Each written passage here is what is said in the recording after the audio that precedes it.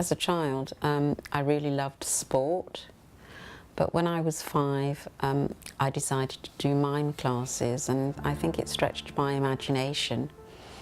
And I know that my mother said that she watched me through the door and thought, oh, that child's talented, and then realised it was me. But I finally decided to book myself into some ballet classes. So I started at 5 with movement and took ballet classes onwards. I started dancing at the age of 7. I started doing modern jazz and tap dance. I started dancing when I was 8 years old, but I didn't really dance. I only did 1 hour a week, and we sort of did whatever we wanted. I really started to dance with breakdance when I was 11. I really loved movement and the process of movement, but also I was in theatre. I was working front of house and is pretty aware of what I would call the theatrical experience from a young age. I grew up listening to a lot of Michael Jackson. Yeah, so I'm working on the Thriller Live International Tour. Thriller Live is a show which is like a celebration of music, of Michael Jackson's career and of his work. So it's got songs that span over his 40-year career. It's definitely a privilege to be working on Michael Jackson's music and that kind of stuff, because he's definitely an inspiration. What it brought to me is that before I didn't really know what to do. Usually I was walking around or playing video games. I wasn't really doing anything productive in my life. So breaking and dancing, that brought me at least something to focus on, and taught me to do practical things and be invested. So I was very fortunate, and then came back to England and was asked to join a dance theatre company which we built up as a team, and it toured all over the world, and I choreographed for that company. So I got a lot of opportunities to gain experience teaching, performing and in choreographic work. To explain how I set up Union, it was a bit like a thesis. I wanted to just analyse the idea of identity, and one of the things about it was that I was mixed race. And in those days there weren't that many people of mixed race. For instance, I was the only one in a grammar school of 900 when I came. You can imagine how odd that was. It meant that you couldn't contextualise your own history within dance. So that's basically how Union started. I hope breakdance and dance will always be in my life, because it's something I really care about and that I take seriously. But if I'll ever live of it, I don't know. But I hope I'll still be able to do it at a big level and at a high scale and often. And not only breakdance, all kinds of dances, because that's basically also why I'm here.